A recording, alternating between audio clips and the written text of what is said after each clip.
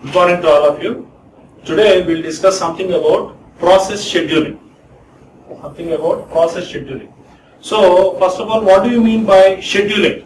So process scheduling is nothing but determining which process to keep in ready state, which process to keep it in running state and waiting state. So we have already discussed that. So first a process will be kept in the ready state and then it will be sent for execution. It will be sent for execution state.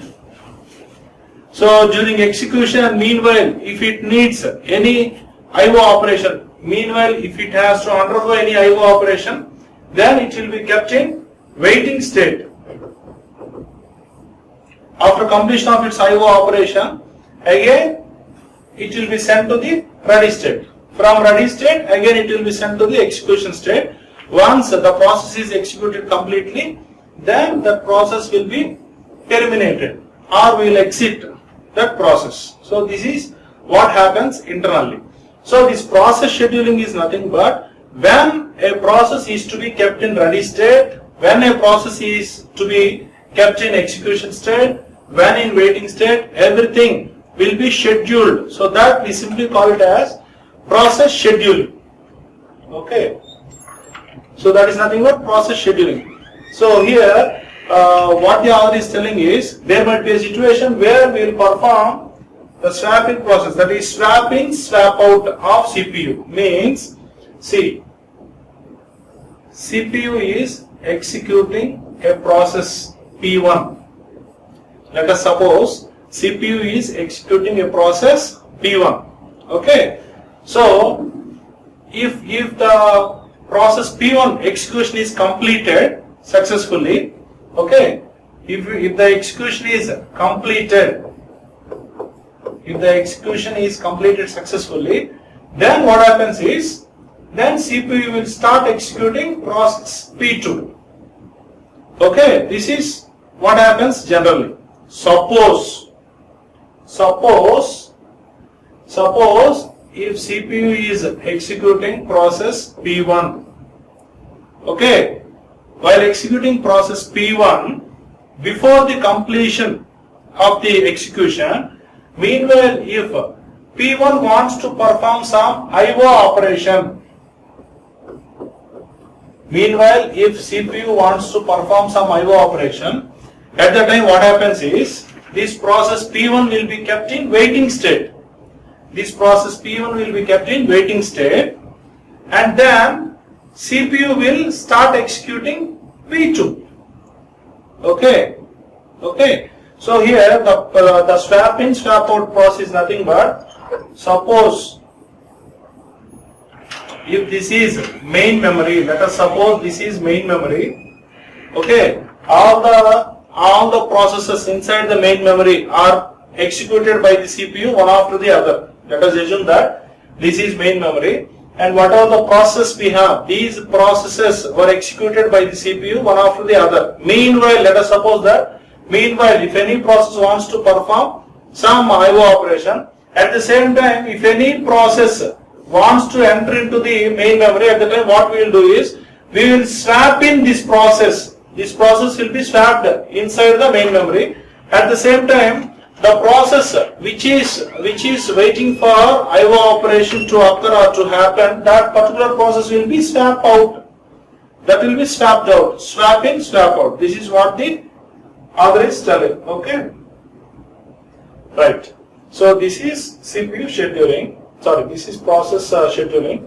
Next, scheduling is broadly of two types. One is non-preemptive scheduling and the other is preemptive scheduling. Non-preemptive scheduling, preemptive scheduling. Okay. So non-preemptive scheduling is nothing but, suppose if CPU is executing a particular process, okay, if CPU is executing a process, okay, when this process is executed completely, when the execution of this process is completed, then the CPU will be released. Okay. Okay, what we are discussing is non-preemptive scheduling. Non-preemptive scheduling is nothing but a process will release the CPU voluntarily. A process will release the CPU voluntarily. Okay, if a process releases the CPU voluntarily, then we simply call it as non-preemptive scheduling. See, if the CPU is executing a particular process, if this process is executed completely, then CPU will be released from this process. That we simply call it as non-preemptive scheduling. Okay, now we will see. What is, okay, now we will see what is preemptive scheduling. Now we will see what is preemptive scheduling. Preemptive scheduling is nothing but, suppose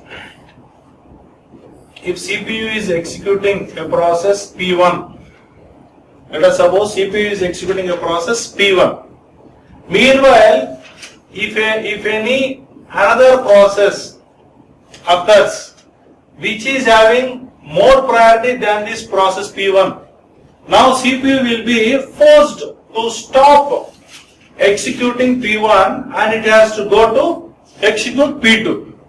While executing P2, if some other process before the completion of the execution of process P2, meanwhile, if some other process P3, if P3 is having more priority than P2 and P1 at the time, again the CPU will be forcefully stopped from executing process P2 and it has to execute process P3.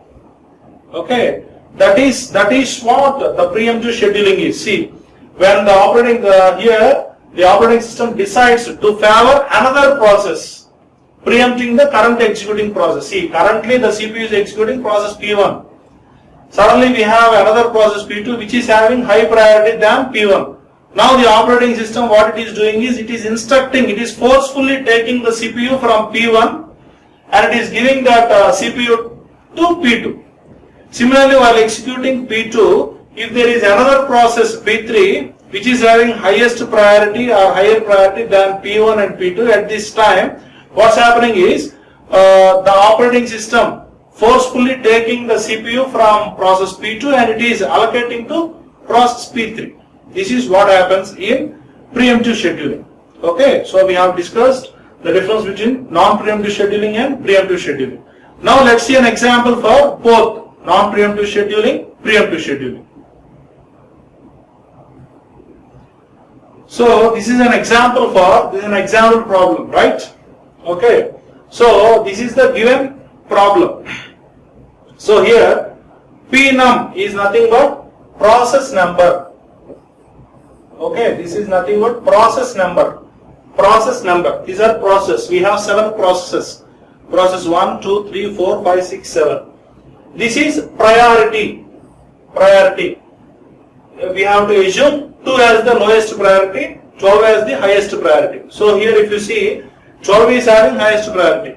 Next 10, next 9, next 8, next 6, next 4, last 2. 2 is having lowest priority. Arrival time. This is arrival time. We have denoted it with AT. Burst time. Burst time is nothing but, we have already discussed. Burst time is nothing but, see, process P1 burst time is 4, means process P1 needs 4 seconds. P1 takes 4 seconds for completing its execution, means CPU has to spend 4 seconds with process P1. Similarly, P2 burst time is 2, means CPU has to spend 2 seconds with process P2. Similarly, CPU has to spend 3 seconds with process 3. Like that. Burst time is nothing but the time taken for completing the execution. Okay. Now, we will calculate all this. So, we were given the process, priority, arrival time, burst time. So, completion time means at what time process P1 is completed, at what time process P2 is completed. That is completion time. Turnaround time, TAT is nothing but turnaround time. Turnaround time is nothing but the difference between completion time and arrival time. Completion time we will calculate here. Okay, completion time minus arrival time, we will get turnaround time. Similarly, waiting time. How much time the process is waiting? Waiting time is nothing but turnaround time minus burst time. Response time. Response time is nothing but ST is start time. Starting time minus arrival time. Okay. So in non-preemptive scheduling, the waiting time and response time will be one and the same. Okay. But whereas in preemptive scheduling, they both varies. Okay. Now we will see. First, we have to calculate. First, we have to draw the Gantt chart. Gantt chart. Remember.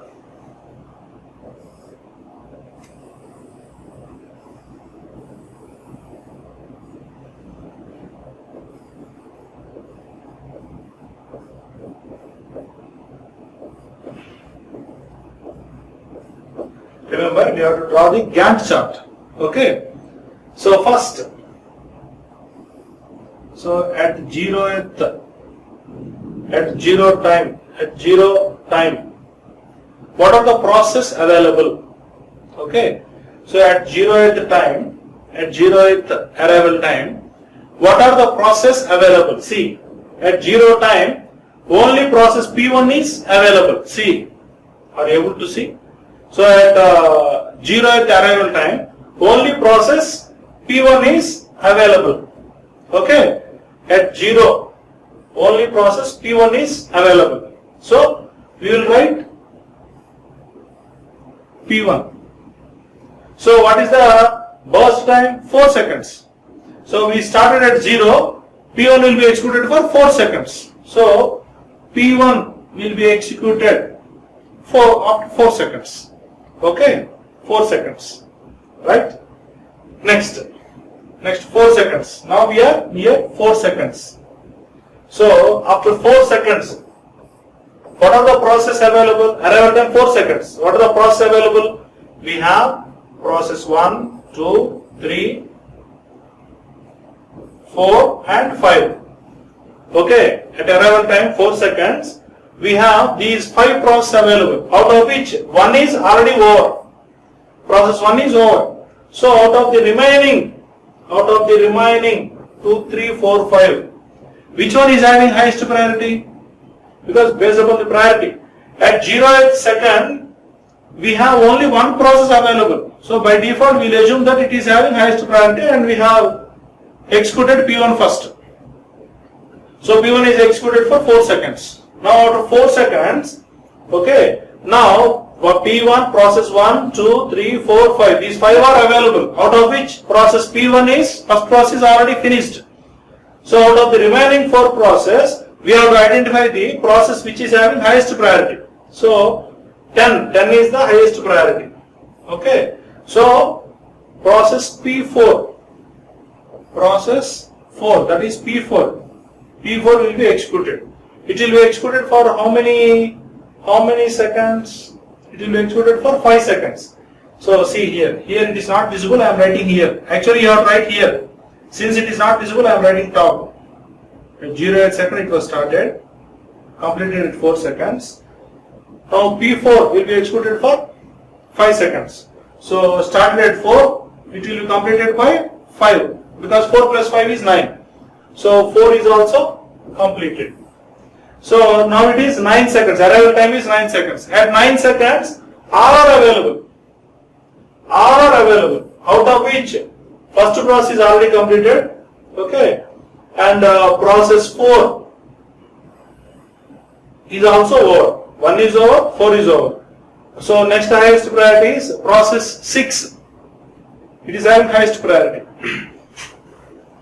So process 6, P6, its burst time is 4. So 9 plus 4, 13. 6 is over. Okay, don't get confused. So see, process P1 started at 0th second, it was executed for 4 seconds. So 0, 4. P4 started at 4, its burst time is 5. So 4 plus 5, 9. So now for process 6, see, since it is having highest priority, so it started at 9 seconds and the time taken for execution is 4 seconds. So 9 plus 4, 13. Okay. So process 1 is over, 4 is over, 6 is over. So what is the next highest?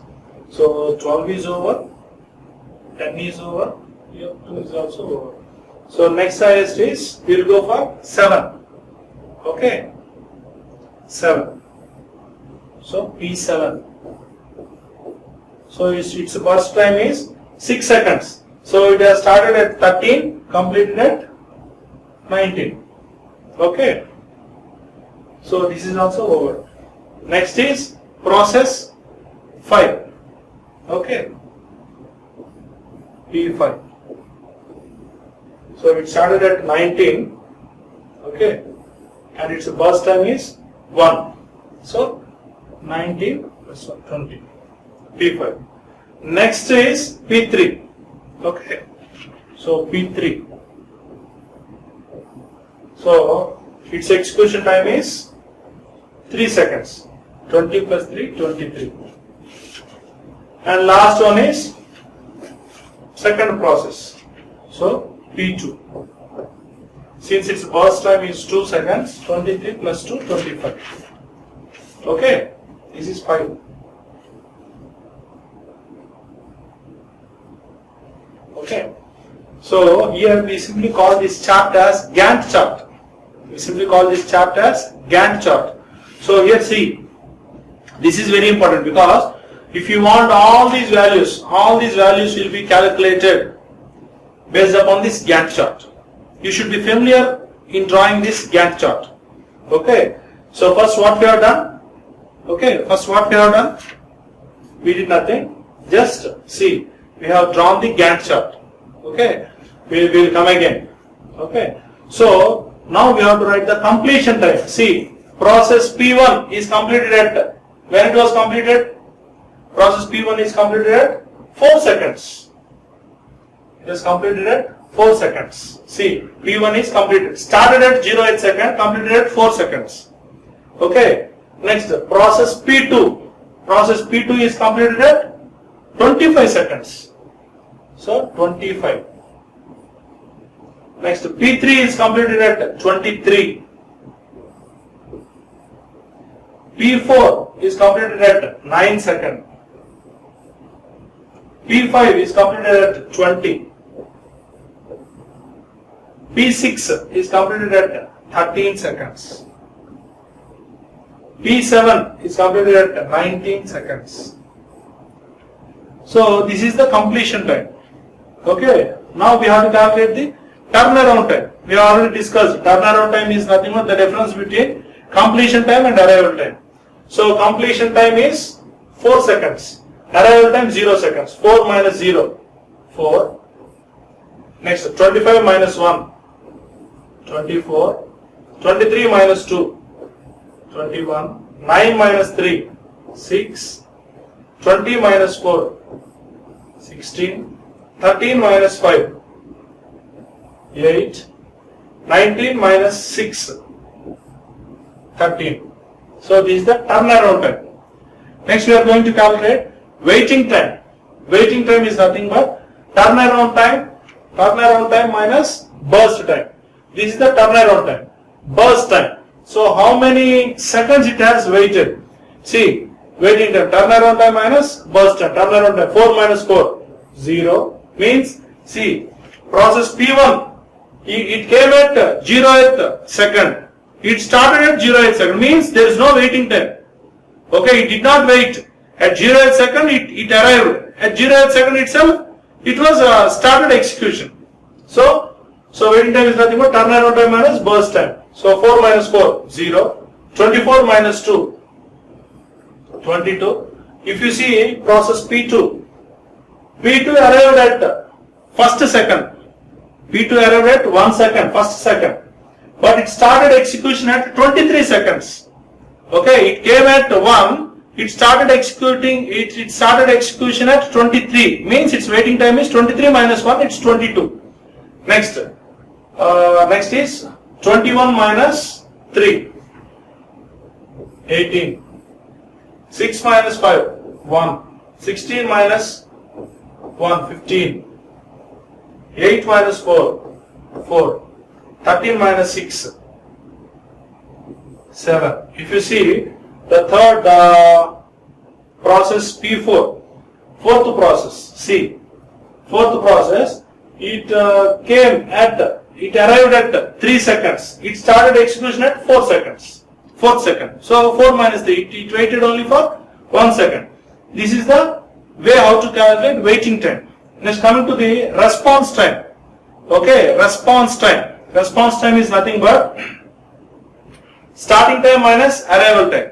Okay, almost in non-preemptive scheduling algorithm, the waiting time and the response time will be one and the same. Okay, so we will see. So start time, P1 is started at 0 second, arrival time is 0. So start time is 0, arrival time is 0. 0 minus 0 is 0. So next, P2, start time is 23, arrival time is 1. 23 minus 1, 22. Similarly, process P3, start time is 20, arrival time is 2. 20 minus 2, 18. Similarly, process P4, its start time is 4, arrival time is 3. 4 minus 3, 1. So, process P5, its start time is 19, arrival time is 4. 19 minus 4, 15. Similarly, process 6, its start time is 9, its arrival time is 5. 9 minus 5, 4. Process P7, its start time is 13, arrival time is 6. So 13 minus 6, 7. So this is the way how we calculate the non-preemptive scheduling algorithm, right? So here, finally what we have to do is we have to calculate the average turnaround time. Average turnaround time. So what is the average turnaround time? So we have to calculate, we have to add all this. 4 plus 24, it is 28. 28 plus 21, it is 49. 49 plus 6, 55. 55 plus 16, 71. 71 plus 8, 79. 79 plus 13, 79 plus 13, 92. So 92 divided by total process work 7. So it will be around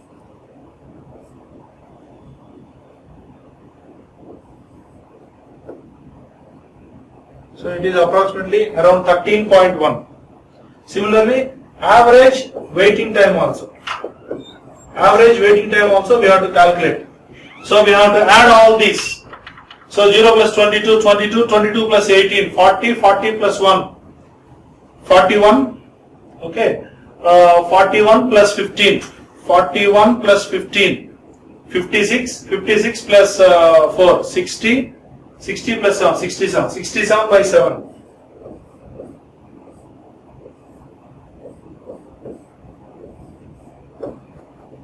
Approximately 9.5. So this is the way how we calculate the non-preemptive scheduling example. Okay. So in the next class we will see the example of preemptive scheduling example. Okay. Thank you.